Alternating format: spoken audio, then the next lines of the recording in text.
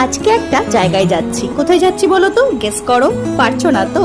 আরে অনেক দিনকার শখ ছিল, সেটা দোনমনা করে করে আজ নয় কাল আজকেই চলে গেলাম ফাইনালি। দেখো মুষলধারায় বৃষ্টিও নেমে গেল নাকের বাজারের দিকে। তো কি করব, তারপর সৌরভ মানে আমার দেওর চলে আসলো আমাকে নেওয়ার জন্য, পিক আপ করার জন্য। আমি আর ও চলে গেলাম ছাতা মাথায় দিয়ে সেই জায়গায় বাগুইহাটিতে, যেখানে অলরেডি আশিস আগের থেকে পৌঁছেও গেছে। ট্যাটুর জায়গায়, হ্যাঁ আশিসের খুব ইচ্ছা ছিল ট্যাটু করবে, সেই জায়গায় ফাইনালি ও করা শুরুও করে দিয়েছে। লাগছে?